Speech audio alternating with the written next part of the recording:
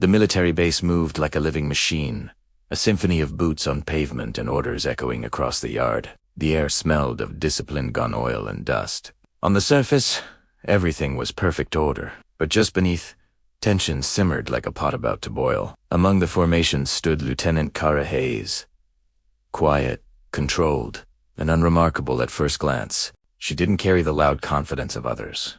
No desperate need to prove herself, but something about her calm was unsettling, especially to those who mistook silence for weakness. That morning's training drill was a disaster. The unit was slow, their coordination off by fatal seconds. Colonel Mercer, a man known as much for his medals as for his arrogance, was losing his legendary patience. His voice cut through the air like a blade.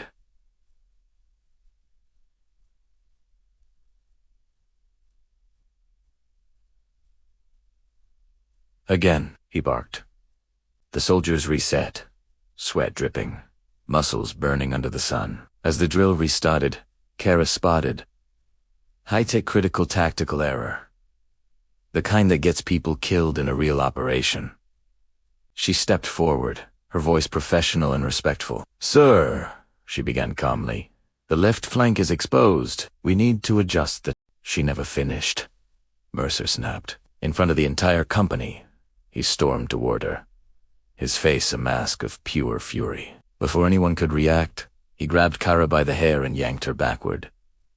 The base froze, a colonel manhandling a subordinate in front of everyone. Every soldier stood stunned, their eyes locked on Kara, waiting for her to flinch, to break, to beg. Kara didn't shout or resist wildly. She didn't even look angry. Instead, she reached up with a calm, deliberate hand, unclasped his grip, and in one smooth, precise motion, she moved. What happened next was almost too fast to see. A blur of controlled force. Kara shifted her weight, twisted Mercer's arm, and executed a flawless takedown.